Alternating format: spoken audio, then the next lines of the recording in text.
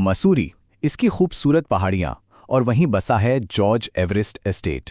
अब ये सिर्फ एक टूरिस्ट स्पॉट या ऐतिहासिक धरोहर नहीं रह गया है, बल्कि ये एक बहुत बड़े विवाद का सेंटर पॉइंट बन गया है।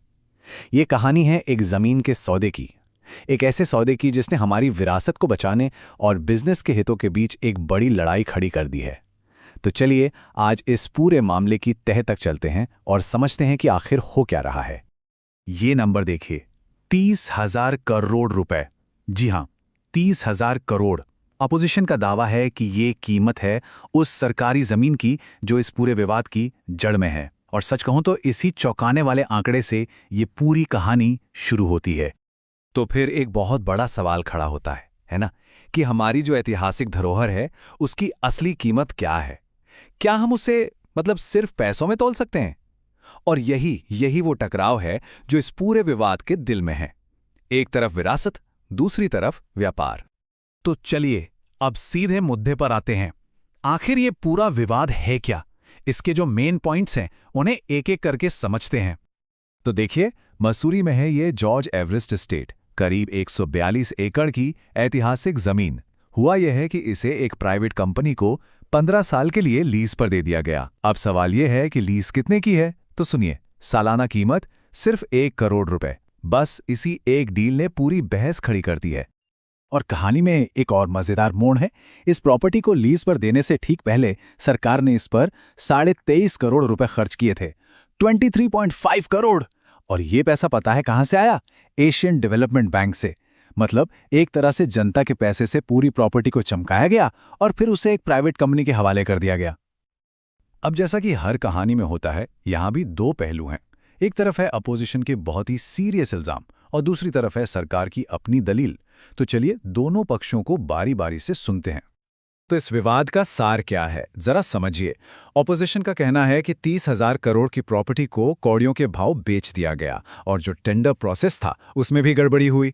वहीं सरकार का जवाब यह है कि भाई हमने तो सारे नियम कानून फॉलो किए हैं, जमीन तो अभी भी टूरिज्म डिपार्टमेंट की ही है और कंपनी को तो सिर्फ ऑपरेशन और मैनेजमेंट का काम दिया गया है। चलिए अब इस लीज को थोड़ा और करीब से देखते हैं, इसकी बारीकियों में जाते हैं।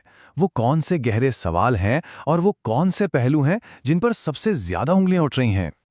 तो सबसे पहला और शायद सबसे बड़ा सवाल, क्या वैल्यूएशन ठीक से हुआ था? क्या ये फेयर था? क्या किसी ने इस ऐतिहासिक प्रॉपर्टी की सही कीमत लगाई भी थी या नहीं? जरा इस फर्क को देखिए। एक तरफ सालाना लीज है सिर्फ 1 करोड़ रुपए और दूसरी तरफ ऑपोजिशन का दावा है कि इसकी कीमत 30,000 करोड़ से भी ज्यादा है।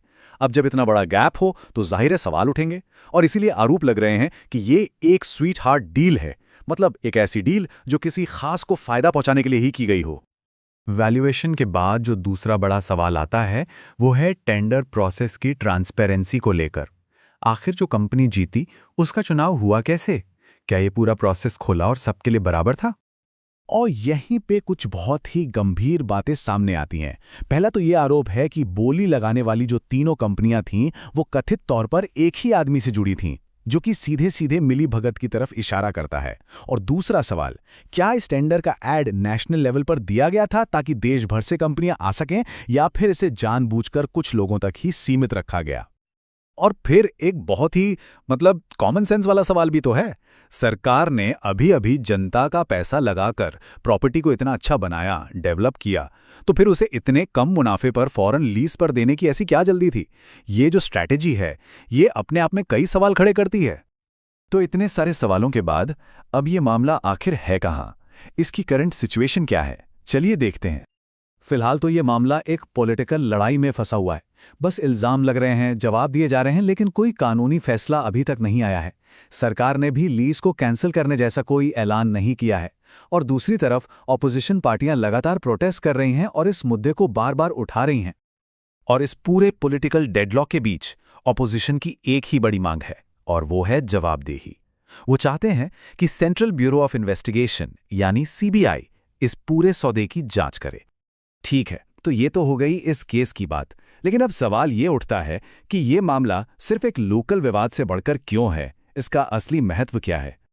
देखिए, ये मामला सिर्फ एक जमीन के सौदे का नहीं है, ये उससे कहीं बड़ा है। ये एक तरह का प्रेसिडेंट सेट करेगा, एक मिसाल कि हम अपनी ऐतिहासिक जगहों को कैसे मैनेज करते हैं। ये सरकार की ट्रांसपेरेंसी पर भी बड़े सवाल खड़े करता है और ये भी टेस्ट करता है कि जब सरकार और प्राइवेट कंपनियां मिलकर काम करती हैं तो जवाबदेही कितनी मजबूत है। पर सबसे बड़ी बात, इसका सीधा असर गवर्नेंस पर यानी शासन पर, जनता के भरोसे पर पड़ता है। तो आखिर में एक सवाल बचता है, हमारी जो पब्लिक प्रॉपर्टी है उसकी असली जिम्मेदारी किसकी है? उसका रखवाला कौन है, सरकार या फिर हम सब यानी इस देश के नागरिक? ये एक ऐसा सवाल है जिसका जवाब शायद हम सबको मिलकर ही ढूंढना होगा।